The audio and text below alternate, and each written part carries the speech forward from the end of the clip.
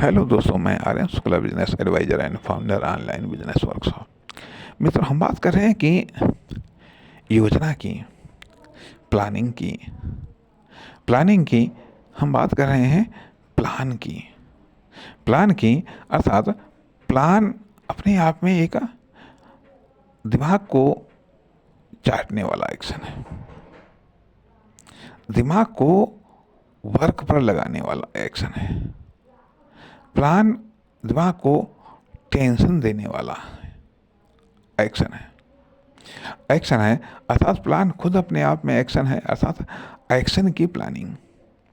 Action में साधनों या संसाधनों के इस्तेमाल की प्लानिंग, या साधनों या संसाधनों में एक्शन के इस्तेमाल की प्लानिंग। वास्तव में प्लान है क्या?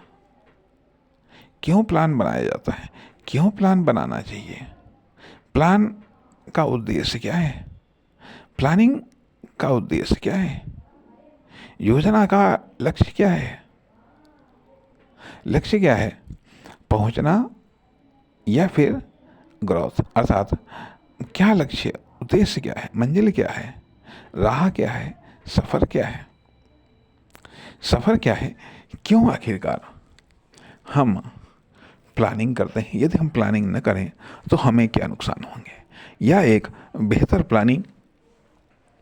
प्लानिंग के क्या फ़ायदे हो सकते हैं? एक खराब प्लानिंग के क्या नुकसान हो सकते हैं? एक खराब प्लानिंग के क्या नुकसान हो सकते हैं? क्यों प्लानिंग हमारे दिमाग में आती है? प्लानिंग की आवश्यकता क्या है? प्लानिंग का महत्व क्या है?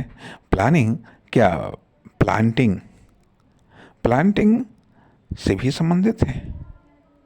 अर्थात कहीं कहीं पर यह आभास होता है कि प्लानिंग का प्लांटिंग से संबंध है, अर्थात एक बेहतर आइडिया को प्लांट करना।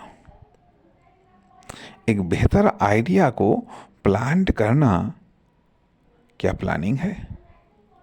या बेहतर आइडियाज को प्लान करना प्लांटिंग, जिसे प्लानिंग कहा जाता है।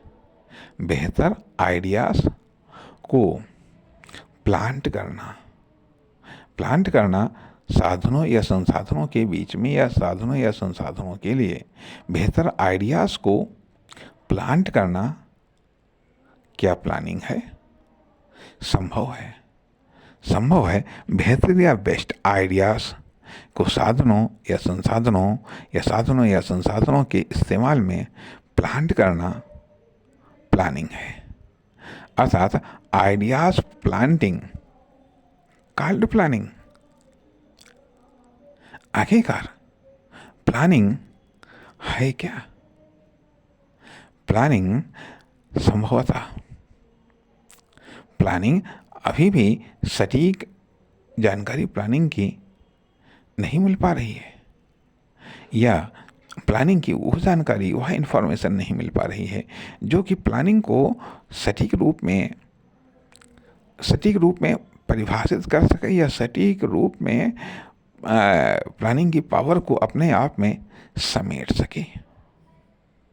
इसलिए प्लानिंग के द्वारा साधारण साधनों या संसाधनों में भी असीमित पावर समाहित हो जाती है। कहने का अर्थ यह बनता है कि प्लानिंग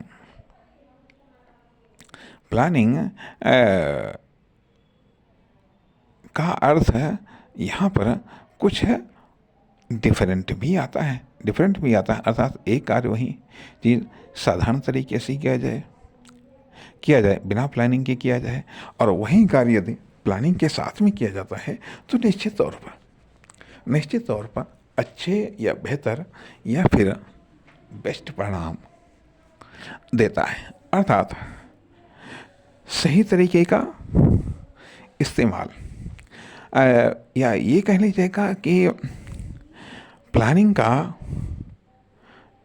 जन्म कैसे होता है, या प्लानिंग की परिकल्पना कैसे आई, कब आई, इस पर भी हम चर्चा करना चाहेंगे अगले भाग में। नमस्कार।